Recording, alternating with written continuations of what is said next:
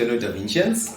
I'm excited to spend some time with you, and I'm hoping that you will enjoy this very short session. I want to just share an overview of my thoughts regarding the economy currently. One would notice that the inflation rate is quite high, and what is happening right now, the overall inflation rate is around 7.1%, which is higher than the 3 to 6% that the Reserve Bank is targeting. So they eventually, as the Reserve Bank, they are forced to increase interest rates. So the repo rate was now recently increased by 50 basis points to 7.75% in March 2023, when the Reserve Bank had their quarterly meeting. So one would see that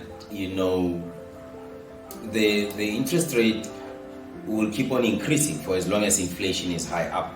So my expectation, based on on all that I read, is that the inflation will keep on increasing, hopefully until 2025.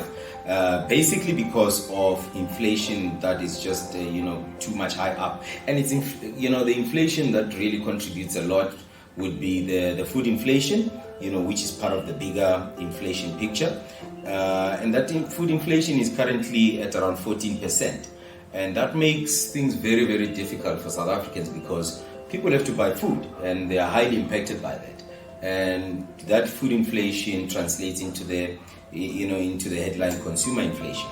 So therefore the South African Reserve Bank has no choice but to just keep on increasing the interest rates until the inflation is within control. And lastly, I would want to just share my thoughts around load shedding.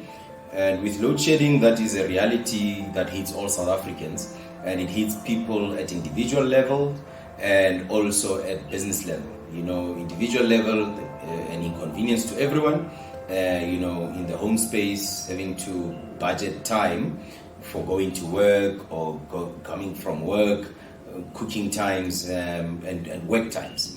So that is absolutely a challenge for us at all levels. And I think that is also going to affect the economy of the country because productivity is highly impacted in a negative way.